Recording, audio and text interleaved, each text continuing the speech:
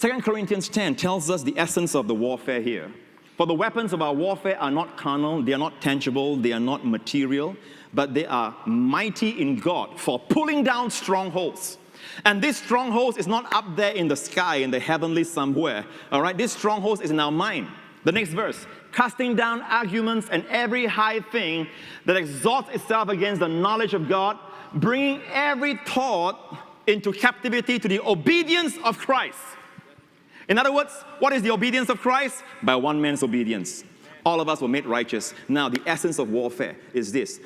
The devil wants you to take your mind off that one man's obedience and put your mind back on your obedience, or the lack of it. That's warfare. And you are to demolish all these arguments, demolish every stronghold. Many of them are religious, all right, and say, no, it's not my obedience. Bring your thoughts captive to the obedience of Christ. It is His obedience. To the obedience of Christ. It is not, there's no way you can make your thoughts obey. But you can bring your thoughts to His obedience. And now the devil come to you and say, all right, before you can receive healing for your body, before you can partake of the communion, all right, have you obeyed? Have you obeyed? Even after you have obeyed, have you obeyed enough? It's never enough. As long as the focus is on you, it's never enough. But if you say, devil, by the way, the portion in Holy Communion where it says in 1 Corinthians 11, it says, whoso partaketh unworthily, not discerning the Lord's body, is not referring to the person, it's referring to the action. It's not saying if you're unworthy, you can't partake. Hey, in and of ourselves, we are all unworthy. Jesus' body was broken for unworthy people. He's saying when you partake, don't partake unworthily, forgetting that the bread is broken for your body to be well. If you see that His body was broken, that your body might be healed, you are partaking worthily of what He did. Can I have a good amen, church? All right, so it's always back to His obedience, what He did, not what you did, not what you are doing, or what you failed to do. The devil always wants you focused on yourself.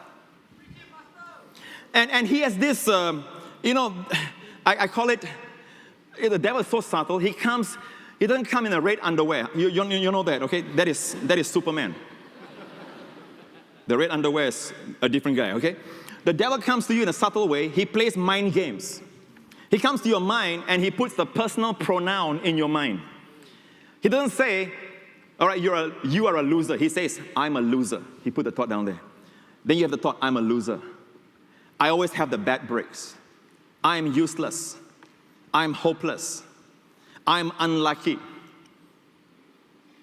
I know we don't say that word in church, but a lot of people out there are. All right? Even people in church. But church, do not receive that, as your thoughts. Like sometimes you hear profanities, even during praise and worship.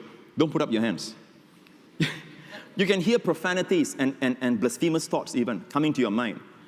Don't take responsibility for it. Keep on worshiping. Many people, when they hear those thoughts in their mind, they put their hands down. The devil got you. He didn't want you to worship, so he shot the thoughts in your mind. Now, it can come from the devil, many times it does, or it can come from your flesh. Your flesh has been crucified. It's dead.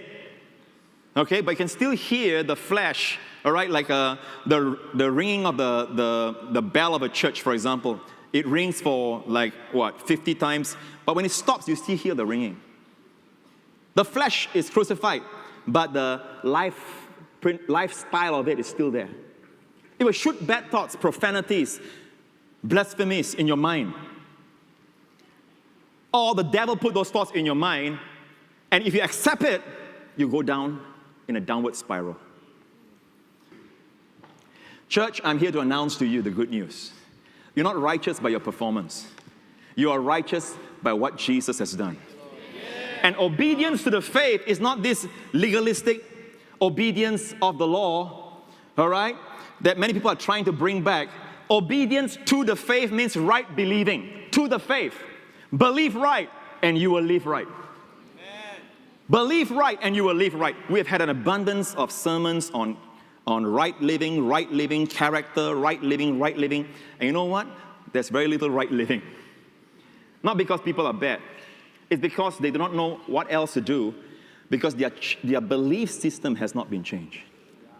the righteous shall live by faith. You can say it like this: the righteous shall live by right believing. When you have right believing, you release the power of God. When you believe the gospel, the true gospel, when you have right believing, you will have right living. Are you listening? You have right results. It'll be effortless. Amen.